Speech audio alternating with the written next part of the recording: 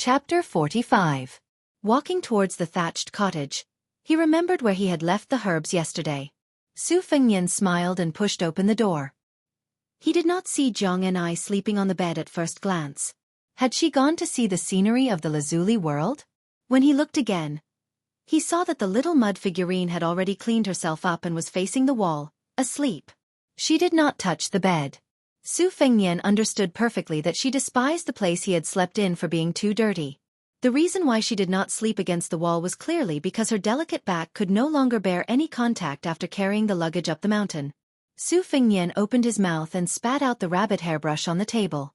He used his foot to kick the princess who had fallen from the world's noblest imperial city to the cage of Bailiang Palace, and then to this little thatched cottage on the mountain.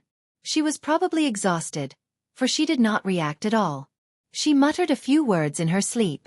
Su Fengnian did not have to listen to her to know that she was scolding him. Su Fengnian stared at her for a while. She was a budding beauty.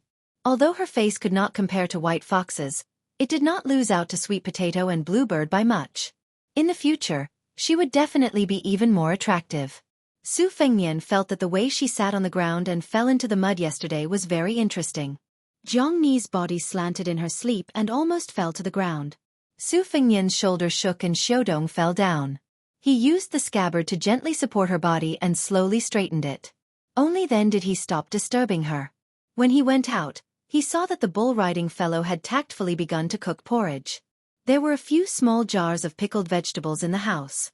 During this period of time, unless Grand Marshal Uncle was too busy with the small seal bamboo slips or the precious and unique annotation classic, he would usually cook for His Royal Highness. He worked hard without complaint and enjoyed it. Hong Shixiang cooked the porridge and watched the heat while he dipped his finger in his saliva and flipped through the Book of Rites. Su Fengnian really couldn't figure out how this cowardly fellow could become the person responsible for the black tortoise's resurgence. After leaving 2 bowls of porridge for Zhang and I, Su Fengnian carried his saber and went to the top of the hanging immortal peak. The Jiazi sword training was a collection of sword practice experiences, but occasionally, it would also contain some summaries of the vast martial arts. It strongly advocated climbing to the top of the mountain to look at the stars and the sea, which were useless to swordsmanship but beneficial to swordsmanship. Unfortunately, Su Fengnian couldn't find anything that was related to the way of the sword even after looking at it for a long time. The guy riding the bull didn't say a word. He just stood to the side and watched with great interest. Su Fengnian, who felt unbalanced in his heart, asked, "You've been watching it for more than 20 years. Aren't you tired of it?" The young martial granduncle laughed foolishly. The scenery was different every day. How could he be tired of it? Su Fengnian asked curiously, "Do you know any martial arts?" Hong Shixiang said with a face full of sincerity, "I don't think so." Su Fengnian kicked him. The martial granduncle who was squatting on the ground swayed left and right, but he didn't fall. He returned to his original position without any difference. Su Fengnian exclaimed in surprise and asked, "This is..." The martial granduncle who had been on the mountain for more than 20 years indeed hadn't read a single secret manual or touched a single martial art. He scratched the shoulder that was kicked by Su Fengnian and said with an innocent face, "There's a big bell in the Xuanwu Palace. When someone rings the bell, I see how it stops." Su Fengnian wanted to get to the bottom of it. "You figured it out just by looking at it?" The guy riding the bull shook his head and said, "There's no trick."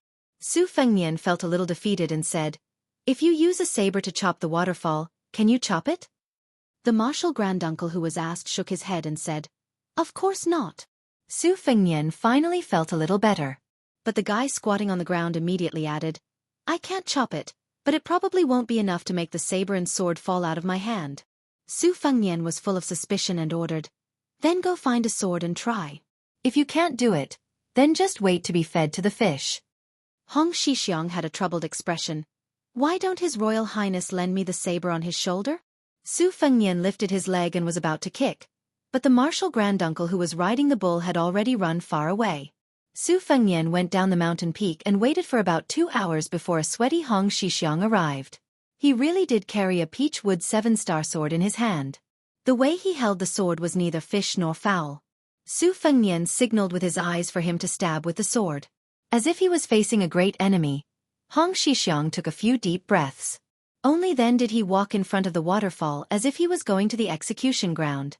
He raised his arm and swung the sword, lightly stabbing. A mysterious half-arc that slanted downwards, like the horns of an antelope. It cut through the astonishing falling waterfall. Retrieving the peach-wood sword, Hong Xixiang turned around and looked at Su Fengnian. There was no smug expression on his face, as if it was a matter of course. Su Fengnian was stunned for a moment, then said with a smile, "I understand. This is your Tao of heaven." Hong Xixiang, who only treated it as a small matter of eating, drinking, defecating and sleeping, let out an "ah."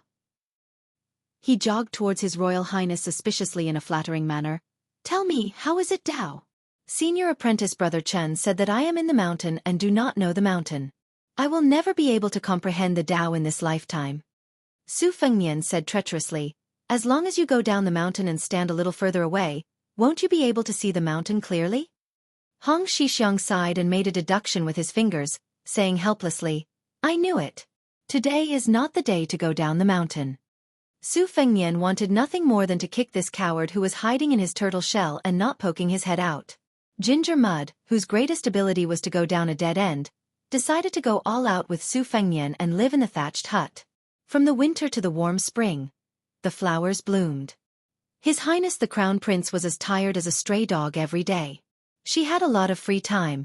She did not have to do any of the chores a servant should do. She just strolled around Mount Wudong every day.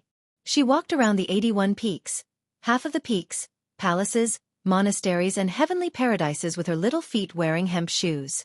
She even had the leisure to ask for some seeds from the nearest Xiang monastery. She planted some vegetables and fruits outside the green bamboo fence. Because of her, she created a small vegetable garden that formed a world of its own. If Su Fengnian took a second look, he would be warned by her, like a little white wildcat whose tail was stepped on. Other than practicing his blade and calligraphy, Su Fengnian also continuously moved books from the Tide Listening Pavilion to the mountain. Book after book, bag after bag. It was like moving a mountain.